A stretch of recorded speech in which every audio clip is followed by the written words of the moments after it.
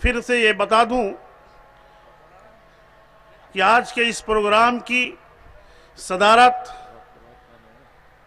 عزت مآب ڈاکٹر فضل الرحمان صاحب مدنی حفظ اللہ فرما رہے ہیں،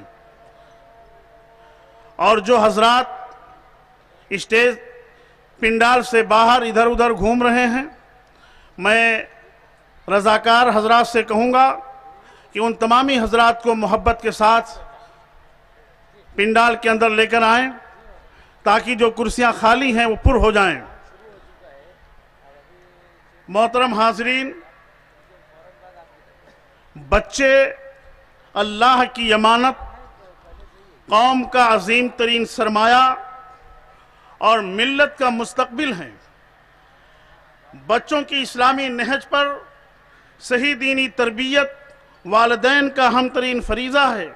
اس سلسلے میں والدین کا کردار نہایت اہم ہے۔ تعلیم و تربیت کے متعلق قرآن و حدیث میں واضح احکام اور ہدایات موجود ہیں۔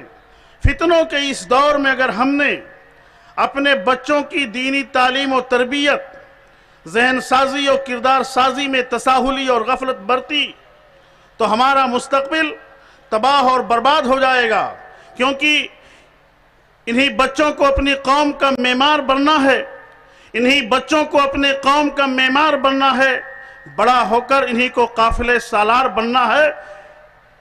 آج کے اس کانفرنس میں ایک موضوع ہے ہمارے بچے ہمارا مستقبل۔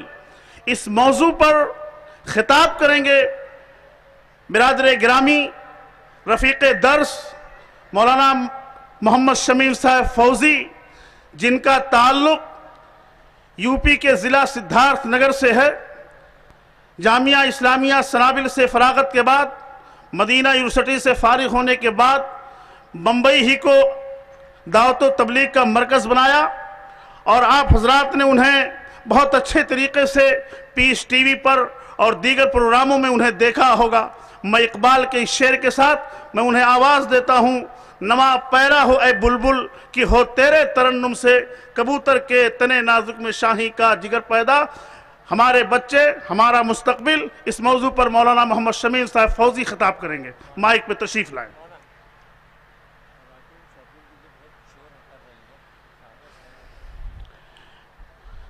ایک رپورٹ مل رہی ہے خواتین کی جانب سے کہ وہاں بہت ہنگامہ مچ رہا ہے۔ میری مائیں اور بہنیں خاموشی کے ساتھ وہاں بیٹھیں، اس لیے کہ جو موضوع اس وقت متعین کیا گیا ہے، اگر ہماری مائیں اور بہنیں ذوق اور شوق کے ساتھ انہیں سماعت فرمائیں تو یقیناً ان کے لیے بہت ہی فائدہ مند ہوگا۔ اور جو رضاکاران عورتیں ہیں، ان سے میری گزارش ہے کہ ان عورتوں کو خاموش کرائیں اور خاموشی کے ساتھ بٹھائیں۔ اب میں آواز دیتا ہوں مولانا محمد شمیم صاحب فوزی کو۔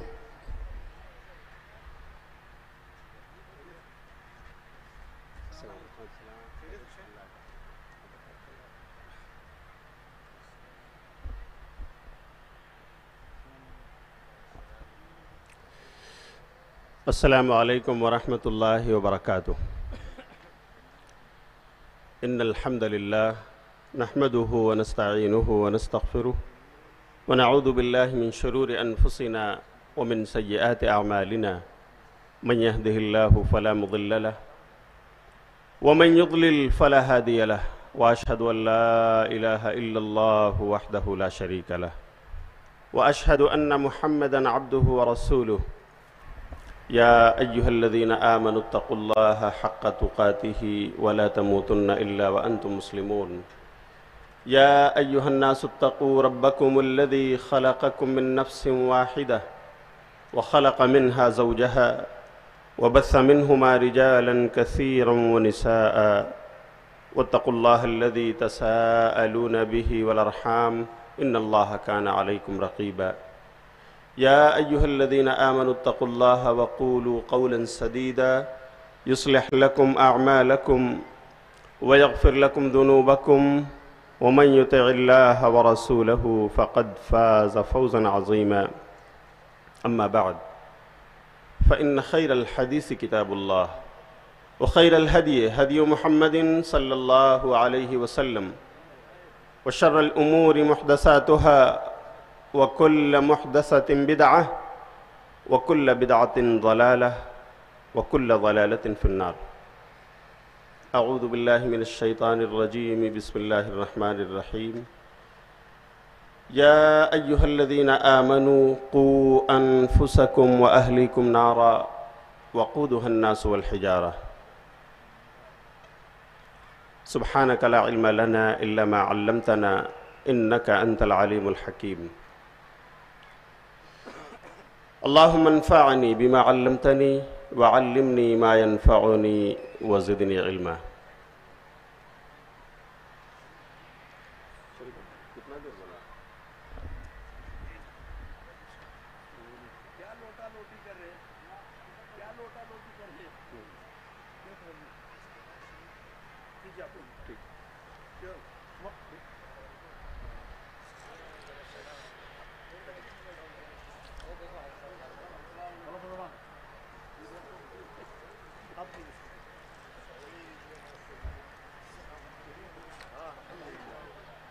قابل احترام صدر اجلاس، مربی جمعیت و جماعت،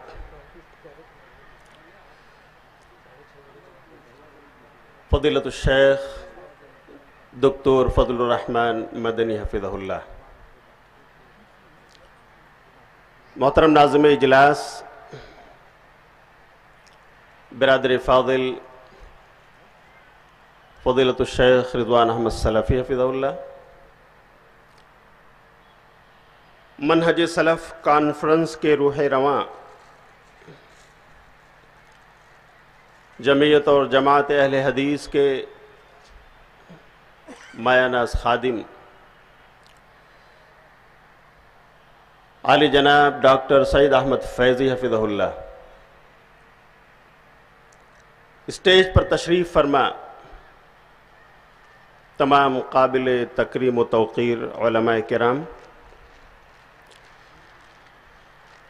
منہج سلف کانفرنس میں آئے ہوئے تمام عمائدین جمعیت و جماعت،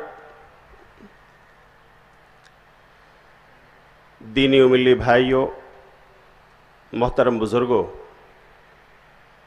ملی نوجوانوں، پیارے بچوں اور معزز پردہ نشین ماؤں اور بہنوں،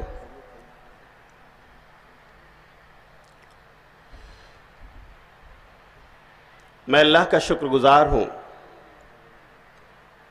کہ آج 17 فروری 2019 بروز اتوار ایک عظیم الشان کانفرنس بنام منہج سلف کانفرنس مالیگاؤں میں شرکت کا موقع پا رہا ہوں۔ اللہ تعالی ہم سب کی حاضری قبول فرمائے، مجھے حق بات کہنے اور ہم سب کو حق پر عمل کی توفیق عطا فرمائے۔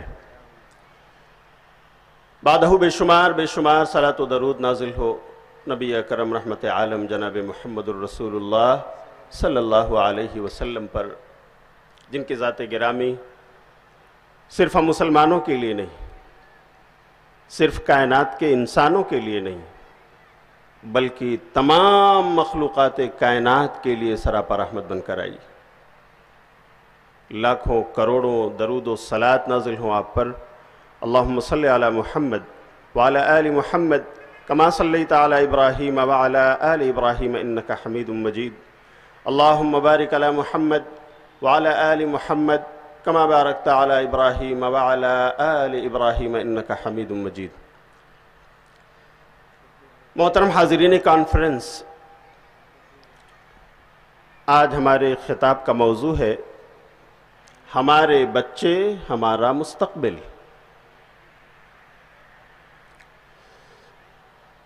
مجھے ایک واقعہ یاد آتا ہے کہ دور فاروقی میں حضرت عمر بن خطاب رضی اللہ تعالیٰ عنہ کے پاس ایک والد، ایک باپ تشریف لائے اور کہا امیر المومنین میرا بیٹا بڑا نافرمان ہو گیا ہے۔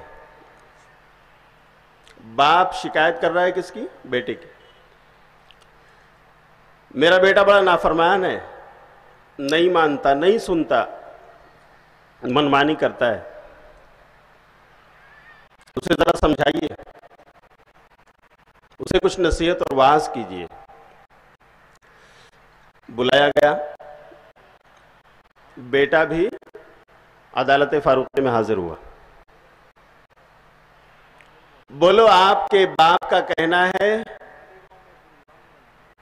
کہ آپ نافرمان ہو، آپ اپنے باپ کی نہیں سنتے، آپ کچھ سرپھرے بن گئے ہو، الٹا ہی کرنے لگ گئے ہو۔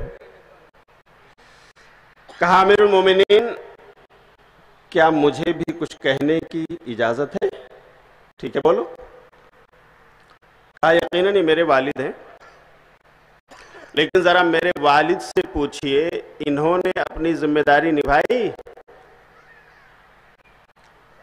یہ مسلمان ہمارے والد ہیں، انہوں نے مجوسی عورت سے شادی کی، میں مجوسی عورت کے بطن سے پیدا ہوا، میرا نام بھی اوٹ پٹانگ رکھا انہوں نے، میرے تربیت کی ذمہ داری نہیں سنبھالی، تعلیم کا کوئی خیال انہوں نے نہ کیا، میں جیسے تیسے جوان ہوا، خود مجھے اپنی شادی کرنی پڑی، ذرا بتائیے میں اپنے باپ کا فرما بردار کیسے بن سکوں؟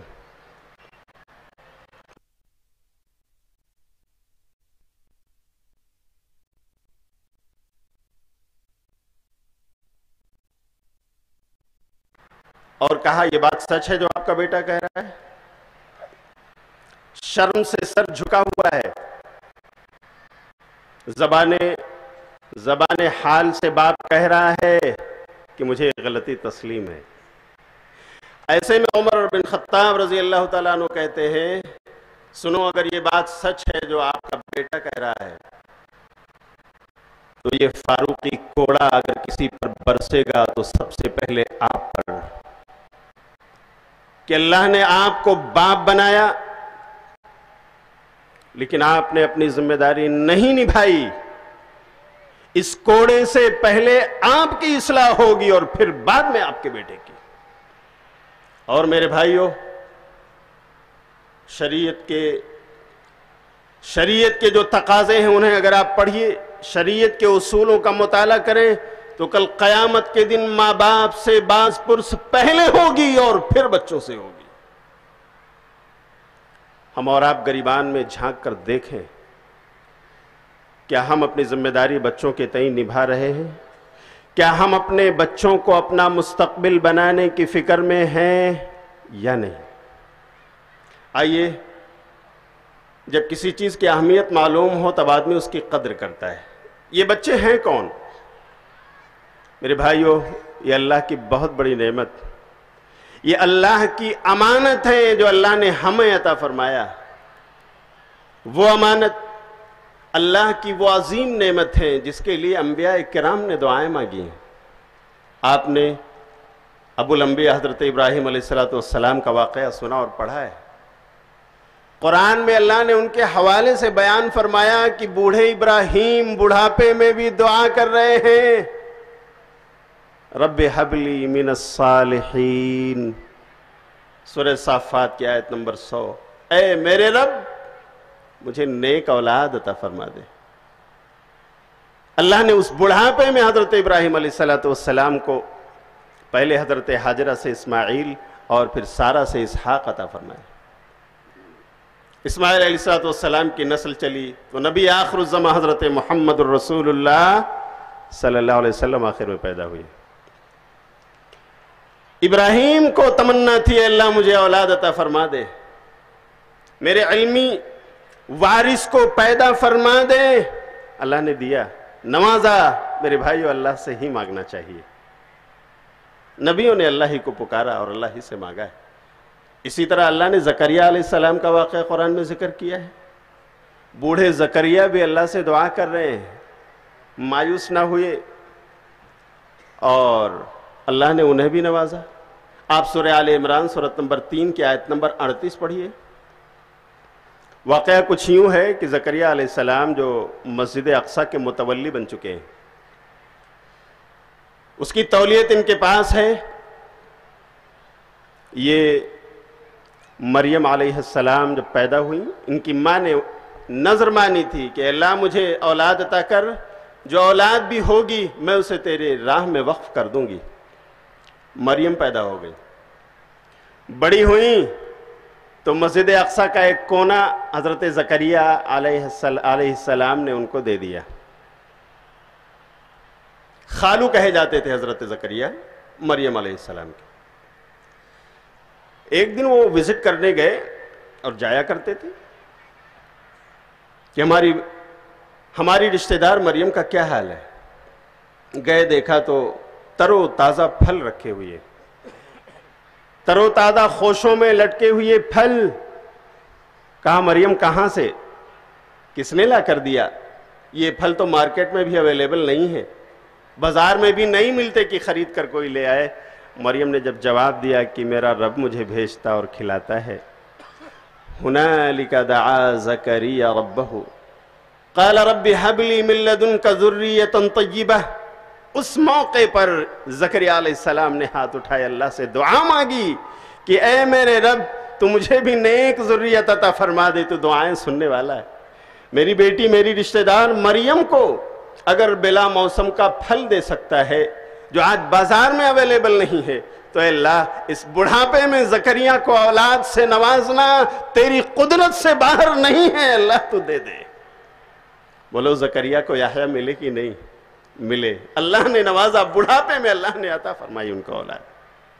علمی ورثہ، یہ نبوی ورثہ ان کے بیٹے کی طرف منتقل ہوا. اللہ نے انہیں بھی نبی بنایا. انبیاء نے دعائیں مانگی. میرے بھائیوں، نیک لوگ، نبیوں کے امتی بھی یہ دعائیں مانگتے ہیں. اللہ والے، توحید کا گن گانے والے اسی اللہ سے التجا کرتے ہیں. رات کی تنہائیوں میں، دن کے اجالوں میں اللہ ہی کو پکار کر اسی سے اولاد کی بھیک مانگتے ہیں. اللہ نے قرآن میں اس کا ذکر فرمایا ہے. آپ پڑھیے سورہ فرقان، سورۃ نمبر 25 آیت نمبر 74. ربنا هب لنا من ازواجنا وذریاتنا قرۃ اعین وجعلنا للمتقین اماما. اے ہمارے رب، تو ہمیں ہماری بیویوں سے آنکھوں کی ٹھنڈک عطا فرما، ہمیں بچوں میں سے آنکھوں کی ٹھنڈک عطا فرما، اور اے اللہ تو متقیوں کا امام ہمیں بنا دے. یہ کس کی دعا ہے؟ یہ اہل ایمان کی دعا ہے، اہل توحید کی دعا ہے. اللہ کی توحید کا گن گانے والے صرف اللہ سے مانگا کرتے ہیں. میرے بھائیوں، لیکن کتنے ایسے واقعات آپ نے سنے ہوں گے، آپ نے دیکھا ہوگا کہ شادی ہوئی، 2-4 سال گزرے، اولاد نہیں، تو انسان اپنا ایمان بیچ بیٹھا. کہا چلو مسجدوں میں جانے سے کچھ نہیں ہوگا، نعوذ باللہ من ذالک. تو کہاں جائیں؟ کہا سب لوگ جا کر کے حاجی علی سے مانگ کر لاتے. ماہم میں ملا کرتا ہے. یہ منتیں اگر یہاں نہ پوری ہوئیں تو چلو کسی اجمیر چلتے ہیں، ٹرین کی بکنگ ہوتی ہے. اللہ اکبر. انسان اپنے ایمان کا سودا کر بیٹھتا ہے صرف اس لیے کہ گود خالی ہے. میرے بھائیوں، اگر اللہ نے ہمیں اور آپ کو اولاد والا بنایا ہے، ہم اس عظیم نعمت کی قدر کریں. یہ اللہ کی دی ہوئی امانت ہیں، اگر ان کی ناقدری ہوئی اللہ رب العالمین اسی دنیا میں بھی گرفت کر سکتا ہے، اور آخرت میں تو ہم بچ نہیں سکتے. اس لیے اپنی ذمہ داریوں کے تعلق سے ہم سوچیں کہ ہم اولاد والے ہیں تو تربیت اولاد کی ذمہ داری ہم سنبھال رہے ہیں کہ نہیں. ماں باپ یہی تربیت کے ذمہ دار ہیں. سب سے پہلے انہی سے باز پرس ہوگی. نبی صلی اللہ علیہ وسلم کی حدیث بتاتی ہے، صحیح بخاری کتاب الجنائز پڑھیے 1385 نمبر کی حدیث. آپ صلی اللہ علیہ وسلم نے فرمایا، کل مولود یولد علی الفطرہ فابواہ یہودانہ او ینصرانہ او یمجسانہ. ہر بچہ فطرت اسلام پر پیدا ہوتا ہے. آپ دیکھو، اگر آپ کے یہاں 2.5-3 سال کا بچہ ہے، بچی ہو، اور اس سے پوچھو کہ بیٹے بتاؤ اللہ تعالیٰ کہاں ہے، وہ اچھی طرح نہ بھی بول پاتا ہو تو اشارہ کرتا ہے اوپر ہے. فطرت اسلام ہے. اللہ تعالیٰ اوپر ہے. لیکن آج کتنے ایسے بھائی جن سے پوچھو اللہ تعالیٰ کہاں ہیں تو اللہ کہتے ہیں کہ اللہ تعالیٰ ہر جگہ، اللہ از ایوری ویئر. میرے بھائیو، جواب صحیح نہیں. الرحمن علی العرش استوى، وہ موضوع دوسرا ہے۔ ہر بچہ فطرت اسلام پر پیدا ہوتا ہے، پھر کیا ہوتا ہے؟ میں بتانے جا رہا ہوں کہ ماں باپ ذمہ دار ہیں بچوں کی تربیت کے، اس لیے کہ وہی لوگ بگاڑتے بھی ہیں، تو بنانا بھی انہی کی ذمہ داری ہے۔ بچہ پیدا ہوا، بولنے لگا، سمجھ بوجھ رکھنے لگا، کیا کیوں وغیرہ کے سوالات کرنے لگا، تو اب ماں باپ جیسے ہیں ویسا بنا دیتے ہیں۔ یہودی ہیں تو یہودی چرچ میں لے کر چلے گئے، یہودی اسکولوں میں داخل کر دیا اور بچہ یہودی بن گیا۔ اور یہ نصرانی، اگر وہ عیسائی اور مسیحی ٹھہرے تو انہوں نے اس انداز کی تربیت کی، اسے نصرانی بنا دیا۔ اور اگر وہ مجوسی اور آتش پرست ہیں تو اپنے ماحول میں اسے سنوار و بنا کر اسے مجوسی بنا دیتے ہیں۔ اس کا مطلب یہ ہوا کہ مسلمان والدین، ان کی ذمہ داری بنی کہ وہ اچھا سچا پکا مومن اور مسلمان بچے کو بنائیں، اسے اچھا ماحول دیں، اسلامی تربیت کریں، دینی تربیت کی ذمہ داری سنبھالیں، ورنہ کل قیامت کے دن سوال ہوگا۔ یہ رعایا ہیں ہمارے اور آپ کی رعایا ہیں یہ، اگر ہم صاحب اولاد ہیں باز پرس ہونے والی ہے۔ صحیح بخاری کتاب الجمعہ 893 نمبر کی حدیث ہے، آپ صلی اللہ علیہ وسلم نے فرمایا کلکم راع وکلکم مسئول عن رعیتہ، تم میں سے ہر ایک ذمہ دار ہے، چرواہا ہے، اور اس سے اس کی ریوڑ کے بارے میں پوچھا جائے گا۔ الامام راع وہو مسئول عن رعیتہ، امام اپنی رعایا کے بارے میں ذمہ دار ہے، اسے اس کے بارے میں پوچھا جائے گا۔ والرجل راع فی بیت اہلہ وہو مسئول عن رعیتہ، اور آدمی اپنے گھر والوں کا ذمہ دار ہے، اس سے اس کی رعایا کے بارے میں پوچھا جائے گا۔ اس کی رعایا اس کے اولاد ہیں، اس کی بیوی ہے۔ والمرأة راعیة فی بیت زوجها وولدہ وہی مسئولة عن رعیتہ، اور بیوی یہ ذمہ دار ہے اپنے شوہر کے گھر بار کی، اس کے بچوں کی، اس کے بارے میں سوال ہوگا۔ ہر ایک سے اس کی رعایا کے بارے میں سوال ہوگا۔ انسان سے اپنی بیوی اور اس کے بچوں کے بارے میں، ایک خاتون سے اپنے شوہر کے گھر، اپنے شوہر کے بچوں کے بارے میں سوال ہوگا۔ جب تک اس سوال کا جواب ہم تیار نہ رکھیں گے میرے بھائیوں، ہمارا حشر کیا ہوگا؟ اس لیے ہمیں بچوں کے تئیں تربیت اولاد کی جو ذمہ داری ہے اسے ہمیں محسوس کرنا ہے، اور اس ذمہ داری کو ہمیں اس دنیا میں نبھانا ہے، تو انشاءاللہ یہاں ہمارے مستقبل کی زندگی میں یہ بچے ہمارے لیے نیک نامی کا ذریعہ تو بنیں گے ہی، اور انشاءاللہ مستقبل حقیقی آخرت وہاں کا سامان بھی ہوں گے۔ اللہ تعالی ہمیں بچوں کی تربیت کی ذمہ داری نبھانے کی توفیق عطا فرمائے۔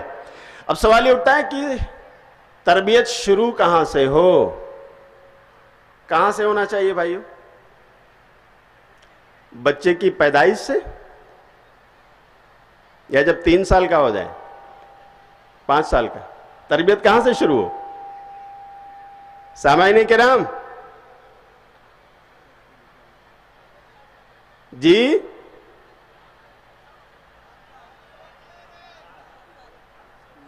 8 سال، 7 سال پر،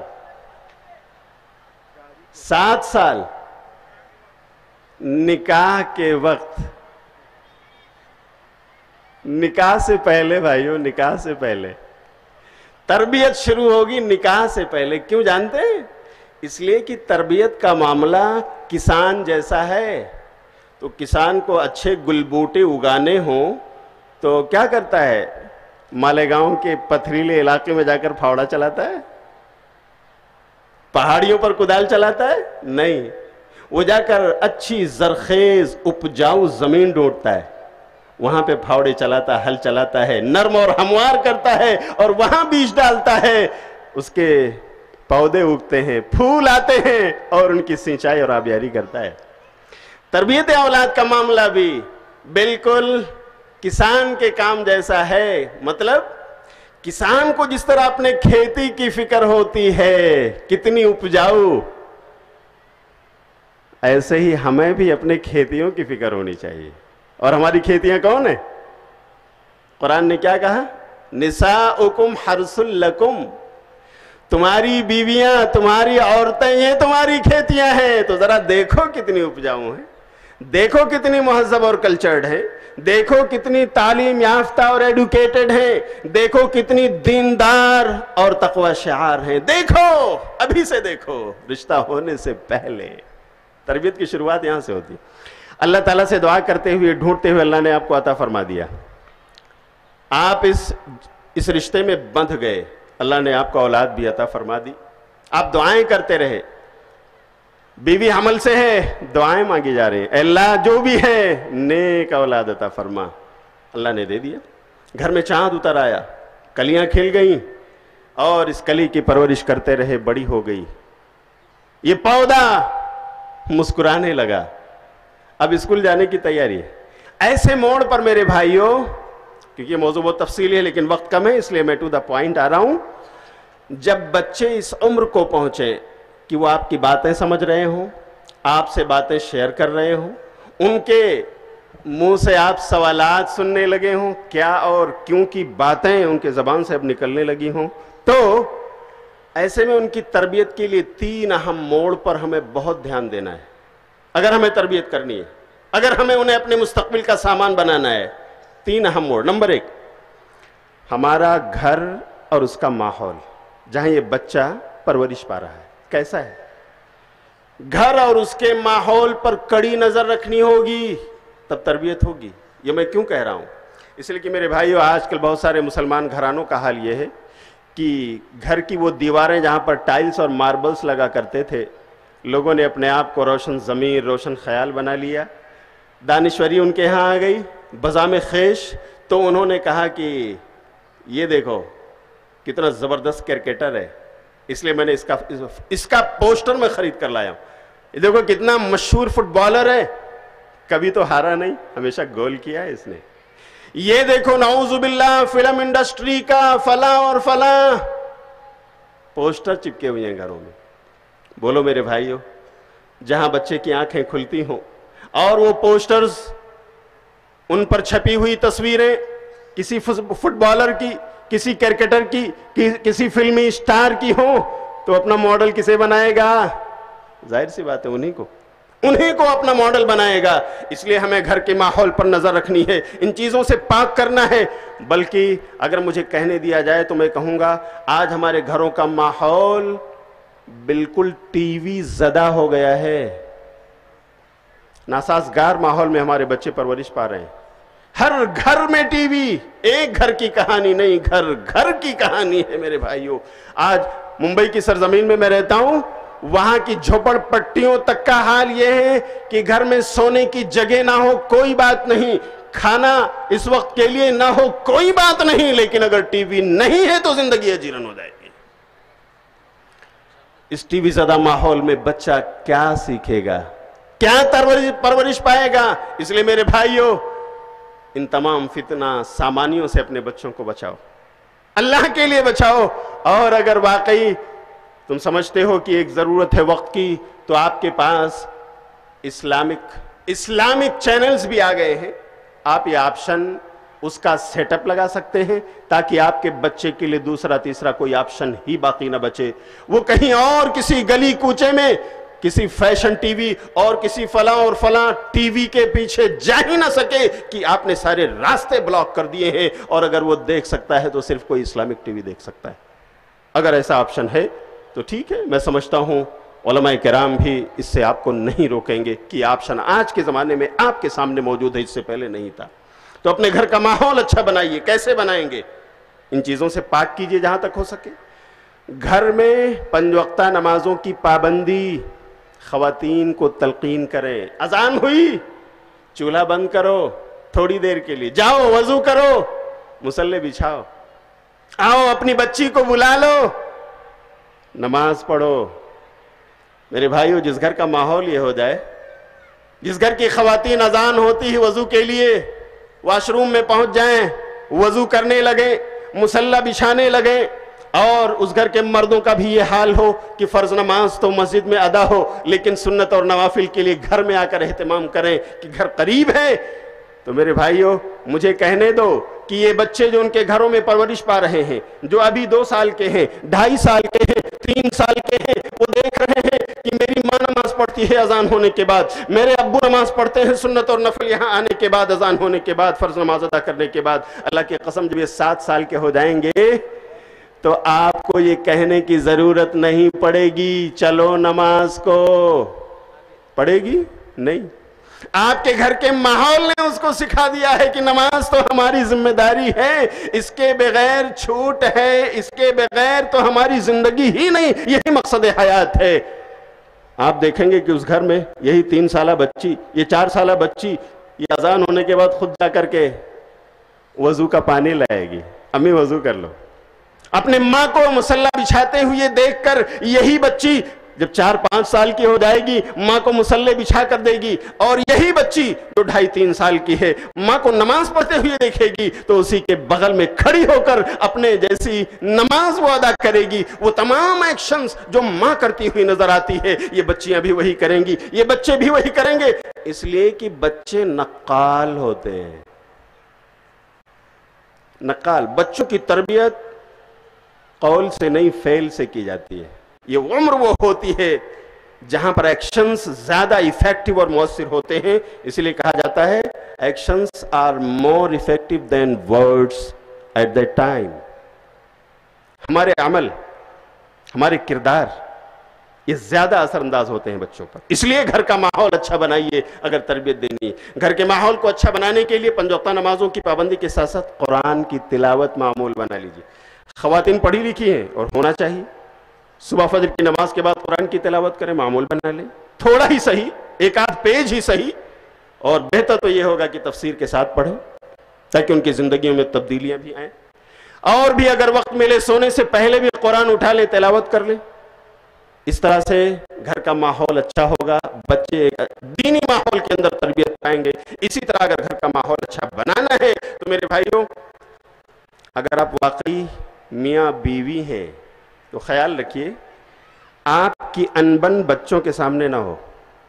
اگر کبھی کوئی ایسی بات ہو جائے جس سے آپ ناراض ہیں بیوی پر، یا بیوی ناراض ہے آپ سے، اس کا اظہار اللہ کے لیے بچوں کے سامنے نہ کیجئے، وہ سادہ کاغذ ہیں، نقش ہو جائے گا ان پر، بڑے ہو کر ہمیں بھی ہاتھا پائی کرنی، اس لیے کہ امی ابو کر رہے ہیں، مت کیجئے۔ گھر کے ماحول کو بنانا ہے، بچوں کی تربیت کرنی ہے، اپنے غصے کو اپنے بیڈ روم میں بیٹھ کر اتاریے۔ اس کا مطلب نہیں ہے کہ بند کر کے اس کے بعد ہاتھا پائی شروع، نہیں، وہاں سمجھوتا کر لیجیے، جس کی غلطی ہے وہ غلطی اپنی تسلیم کر لے، معافی مانگ لے کہ بھائی ٹھیک ہے آئندہ ایسا نہیں ہوگا، لیکن بچوں کے سامنے بیڈ روم میں اپنے ایسا معاملہ حل کیجئے، بچوں کی تربیت آپ کر رہے ہیں۔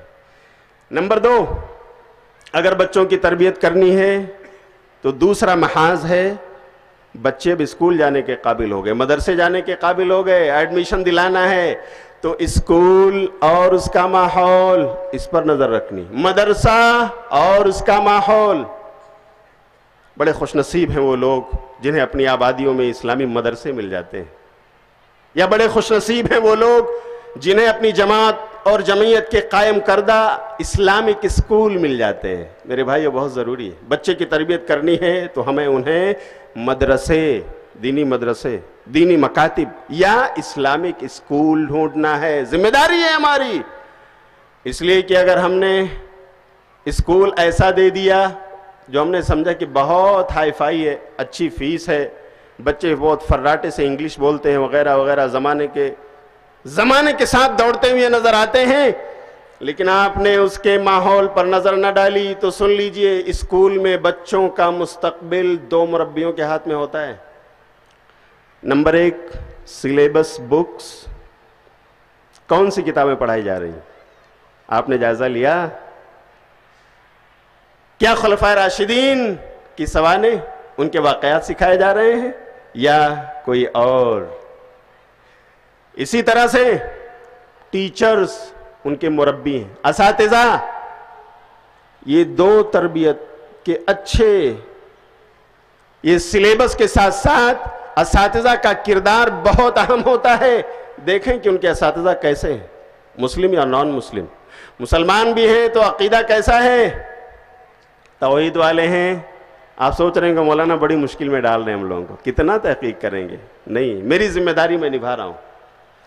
قوم اور جماعت اپنی ذمہ داری نبھائے، ایسے اسکول اپنے جیالوں کو، اپنی نئی نسلوں کو، اپنی قوم و جماعت کو فراہم کریں، ذمہ داری ہے یہ، اس لیے کہ قوم نے چنا ہے ان کو، اس لیے کہ امید ہے قوم کو، زمانے کا تقاضا ہے۔ تو آئیے اردو میڈیم اسکول ہو یا انگلش میڈیم دیجئے، جہاں پر اسلامک سلیبس اور ایسے اساتذہ تعین کیے جائیں جو موحد ہوں، جو بااخلاق ہوں، با کردار ہوں۔ میرے بھائیو، اگر آپ کو ایسا اسکول یا ایسا مدرسہ مل گیا جو واقعی اچھے سلیبس، دینی سلیبس پڑھاتا ہے، اچھے اساتذہ رکھتا ہے، یہ نعمت ہے آپ کے لیے آج کے زمانے میں۔ ورنہ اسکول تو بہت کھل گئے۔ مجھے یاد ہے کہ 1992 کے بعد یہ قوم جاگی ہے، جہاں 2 اسکول تھے وہاں 10 بن گئے، جہاں 10 تھے وہاں 50 ہو گئے، جہاں 50 تھے وہاں 100 ہو گئے۔ لیکن میرے بھائیوں، مجھے کہنے دیا جائے کہ آج ہمارے قائدین نے ہماری اوٹ لے کر کے اپنی جھولیوں میں انہوں نے ڈالے تو، لیکن ہم سے کیے ہوئے وعدے پورے نہ کیے۔ ہماری نسلوں کو ایسی گاڑیوں پر سوار کر دیا ہے جن میں زمانہ کا مقابلہ کرنے کے لیے تیز رفتاری تو بہت ہے، لیکن میرے بھائیوں بریک نہیں۔ یہ کہاں جا کر رکے گی؟ اس کا حشر کیا ہوگا ہم نہیں بتا سکتے۔ اسکول بہت کھلے، لیکن کو ایڈوکیشن، مخلوط تعلیمی ادارے ہمارے قائدین نے امت کو دیے۔ آج وہیں پر یہ واقعہ ہوتا ہے کہ ایک 8 سال کا 10 سال کا بچہ اپنی کلاس میٹ کو لکھتا ہے I love you۔ ہم نے یہ موقع فراہم کیے، ہم نے ان کو ایسا ایٹماسفیئر دیا ہے۔ تو میرے بھائیوں، اگر بچوں کی تربیت کرنی ہے تو بچوں کا مدرسہ، بچوں کا اسکول اچھا چننا ہے۔ اللہ تعالی ہمارے قائدین کو ایسے اسکولز امت کو دینے کی توفیق عطا فرمائے۔ اور نمبر 3، اگر ہمیں بچوں کی تربیت کرنی ہے تو ایک اور جگہ ہے جس پر ہماری نظر ہونی چاہیے۔ وہ تیسری جگہ کیا ہے؟ ہمارا بچہ ہمارے گھر کے ماحول میں اپنا وقت گزارتا ہے، اس کے بعد اسکول یا مدرسے میں وقت گزارتا ہے، وہاں سے آنے کے بعد کہاں رہتا ہے بھائیو؟ ہاں بولو، کہاں رہتا ہے؟ ہاں، پاس پڑوس، سراؤنڈنگ، پاس پڑوس کا ماحول، اس پر بھی نظر رکھیے۔ تربیت کر رہے ہیں نا بچے کی؟ آپ کا بچہ کس کے ساتھ اٹھتا بیٹھتا ہے؟ آپ تو یہ کہتے ہیں ارے چھوٹا ہے جانے دو نا، 10 سال کا ہے، 12 سال کا ہے، 15 سال کا ہے، ابھی کالج جا رہا ہے، جانے دو، کسی کے ساتھ جائے خوش رہے بس۔ نہیں، دیکھو اس کے دوست کون ہیں، آپ کی بیٹیاں دیکھو ان کی سہیلیاں کون ہیں، وہ کس کے گھر آتی جاتی ہیں، اور آخر ان کے گھر آنا جانا پسند کیوں ہے؟ میرے بھائیوں، اگر اس پر ہماری نظر رہی ہم ایک اچھے مربی بن سکیں گے۔ اس لیے کہ نبی صلی اللہ علیہ وسلم نے بتایا ہے دوستی کا اثر، ماحول کا اثر بہت زیادہ ہوتا ہے۔ سنن ابو داؤد کتاب الصلاح کی روایت ہے، الرجل علی دین خلیلہ فلینظر احدکم من یخالل۔ آدمی اپنے دوست کے دین پر آ جاتا ہے، یعنی اپنا دین دھرم بدل ڈالتا ہے دوست کے لیے۔ تو ہم میں سے ہر ایک کو دیکھنا چاہیے اس کا دوست کون ہے۔ جب معاملہ الرجل کا یہ ہے، الرجل جانتے ہیں the man، جس میں مردانگی ہو اس کو رجل کہا جاتا ہے۔ جب ایک مرد کا معاملہ یہ ہے کہ دوست کے دین اور دھرم کو وہ اپنا سکتا ہے، اپنا دھرم بدل سکتا ہے، تو یہ بچے، ان کی رفاقت، ان کی صحبت، ان کی ہم نشینی اور ان کے سراؤنڈنگ پر، ان کے فرینڈشپ پر اگر ہماری نظر نہ ہو تو کیا حال ہوگا بچوں کا؟ کتنے والدین ہیں جو آتے ہیں کہتے ہیں مولانا بچے کو داخل کیا تھا، BBA کر رہا تھا، MBA کر رہا تھا، لیکن کیا ہوگا بتائیے تو مسئلہ کیا ہے؟ ارے وہ گیا اور اس نے کہا کہ فلاں ریتا اس کی کلاس میٹ ہے اور اس نے اس کو اپنا لائف پارٹنر بنانا طے کر لیا ہے۔ تو بھائی ٹھیک ہے، اب آپ آئے ہو مولانا کے پاس، کاش آپ کچھ پہلے آئے ہوتے، اس وقت بھی حل مولانا پیش کریں گے جو کر سکتے ہیں۔ لیکن میرے بھائیوں، آپ نے بچوں پر نظر نہیں رکھی، انہیں ماحول کے بارے میں نہیں بتایا، سراؤنڈنگ پر نظر نہیں رکھی، اور آپ نے دوسرے گھروں میں جانے دیا. آپ کے گھر میں تو ٹی وی نہیں تھی لیکن پڑوس میں ہے. بچی جا کر وہاں بیٹھتے ہیں, دیکھتے ہیں, انہی کے رنگ میں اپنے آپ کو رنگ لیتے ہیں, اور بعد میں آپ شکایت کرتے ہو مولانا میرے گھر میں اللہ کی قسم ٹی وی نہیں ہے. ٹھیک ہے لیکن پاس میں ہے تو آپ نے جانے کیوں دیا؟ آپ نے پابندی کیوں نہیں لگائی؟ آپ نے سراؤنڈنگ پر نظر کیوں نہیں رکھا؟ میرے بھائیو, انسان ماحول سے متاثر ہوتا ہے, ماحول سے متاثر ہوتا ہے. محاورہ ہے عربی کا, الانسان ابن البیئہ, the person is the product of environment. انسان ماحول کی پیداوار ہے.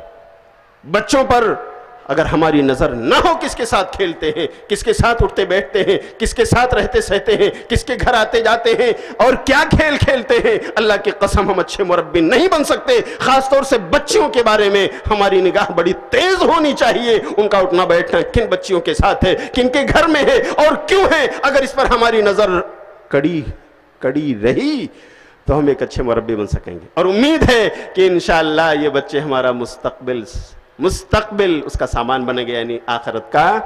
نبی صلی اللہ علیہ وسلم کی حدیث سنا کر میں اپنی جگہ لیتا ہوں. اگر یہ بچے آپ نے سنوار لیے, بنا لیے, آپ نے گھر کا ماحول اچھا دے دیا, 5 وقتہ نماز کی پابندی, قرآن کی تلاوت, درس و دروس کا ماحول, اور تمام فتنہ سامانیوں سے اپنے آپ کو محفوظ کر لیا, آپ قابل مبارکباد. آپ نے اچھا اسکول یا اچھے مدرسے عطا فرما دیے, اور ماشاءاللہ آپ کے یہاں تو کوئی تعلیمی قلعہ آباد ہے, جامعہ محمدیہ منصورہ مالیگاؤں. اللہ تعالیٰ اسے شیخ مختار احمد ندوی رحمت اللہ علیہ اور ان کے وارثین کے لیے صدقہ جاریہ بنائے, اور اسی طرح اسے پھلتا پھولتا اللہ رب العالمین رکھے. تو میرے بھائیوں, اسکول اور مدرسہ آپ نے چن لیا, آپ اچھے مربی. آپ نے سراؤنڈنگ پر نظر رکھ لی, اور کڑی نظر, پوچھتے پاچھتے رہے کہاں, کیوں, کیسے, آپ ایک اچھے مربی.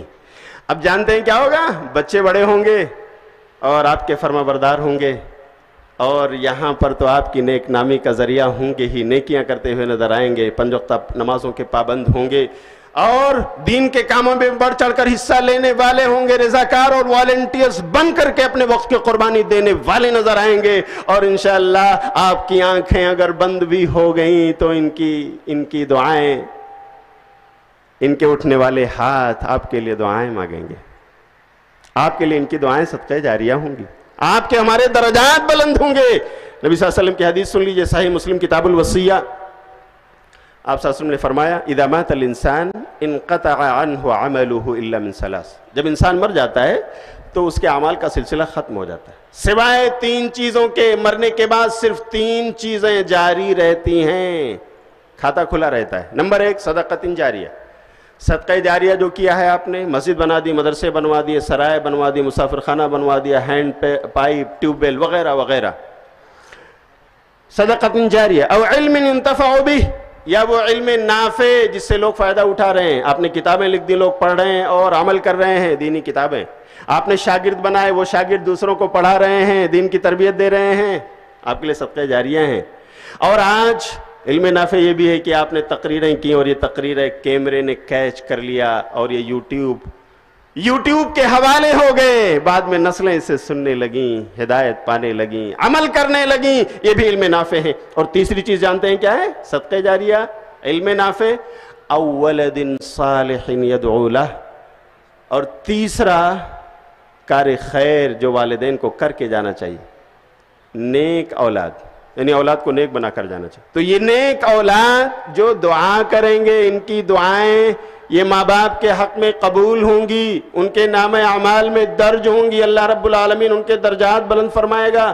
مسند احمد کی روایت کے مطابق لوگ جب جنت میں چلے جائیں گے, ایک جنتی کے درجات اللہ تعالیٰ بڑھا دے گا, بلند فرما دے گا, اضافہ کر دے گا. تو پوچھے گا, اے اللہ جنت میں آ کر میں بڑا خوش تھا, لیکن مجھے جنت کا اعلیٰ مقام مل رہا ہے. اے اللہ یہ مہربانی, یہ رحم, آخر وجہ, اے اللہ آخر مجھے اتنا اعلیٰ مقام کیسے ملا, میں تو صرف جنت میں انٹری پا کر بہت خوش تھا. تو اللہ تعالیٰ کہیں گے, باستغفار ولدک لک, تمہارے بچے تمہارے لیے دعا استغفار کیا کرتے تھے. یعنی اے میرے جنتی, اے میرے جنتی مہمان، تم نے بچوں کو پالا پوسا تھا، پڑھایا لکھایا تھا، دینی تربیت دی تھی، سچا اور پکا مسلمان بنایا تھا، تمہارے مرنے کے بعد بھی دعائیں بچے کیا کرتے تھے، ان کے دعاؤں کی وجہ سے میں نے، اے میرے مہمان، اے جنتی، میں نے تمہارے درجات بلند فرما دیے۔ تو میرے بھائیوں، ہمیں اسی طرح اپنے بچوں کی تربیت کرنی ہے، گھر کا ماحول اچھا دینا ہے، اچھے مدرسے عطا فرمانے ہیں، اور اسی طرح ہمیں سراؤنڈنگ پر بھی نظر رکھنی ہے۔ اگر ایسا ہم کر سکے تو انشاءاللہ یہ بچے اس دنیا میں بھی ہمارے مطیع و فرما بردار، اللہ اور اس کے رسول کے مطیع و فرما بردار ثابت ہوں گے، اور ہمارے لیے آخرت کا سامان۔ اللہ تعالی ہمیں تربیت اولاد کی ذمہ داری کو اچھی طرح نبھانے کی توفیق عطا فرمائے، آمین۔ وآخر دعوانا ان الحمدللہ رب العالمین، والسلام علیکم ورحمۃ اللہ وبرکاتہ۔